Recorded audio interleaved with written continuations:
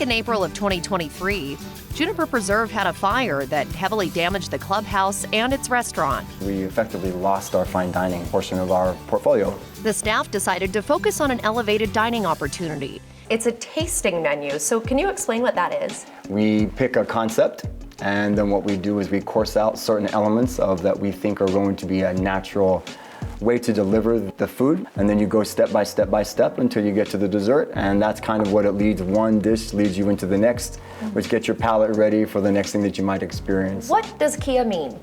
It's an old Sanskrit word. It means actually to create.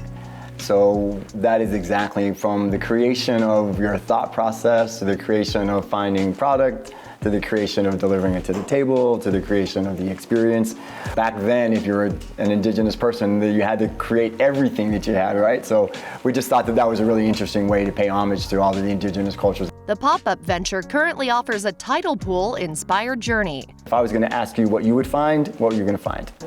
Mussels and crabs. Crabs, exactly. So if you look on the menu, you've got some oysters there, you've got some crabs there, and that's exactly what you did. It's got some Spanish octopus on the table. So it was just a way to incorporate a kind of like a surprise. Yeah. What are you going to find, and what are you really comfortable with? Wow, okay, and this is part of the experience as well. Thank you, lighting a candle at the table. What just arrived? So this is a camel ghee candle. So the server lights the candle, it melts the butter into this great little pool here, and then you have this very old style of unleavened Egyptian bread that you get to dip into the butter and enjoy. I mean, this is a fully immersive experience, you know, I mean, down from the service to then I can smell that smoke coming off of it. Is that what I'm supposed to be feeling? It's multi-sensory. The next thing that you're going to see is you can hear the candle that's popping that butter, right? So everything that you can see and you can feel is supposed to get you ready and get you excited for whatever the server or the chef's going to bring you. The dishes are brought out in waves, making each moment feel different than the last. Strong sense of seasonality here. So Dungeness crab, it's basically a Dungeness and seaweed salad. Wow. The chefs here are amazing. They've put their talented edges to it. And what's supposed to happen is that when you break into the main dish and you bring it across to you, you're getting all of the flavor elements of all the little sauces and the dots that you see. You can choose cocktails or wine to go along with your meal. This one is called the Shoals, obviously based on that tidal pool tasting menu. It's rum, it's got some bell pepper in it.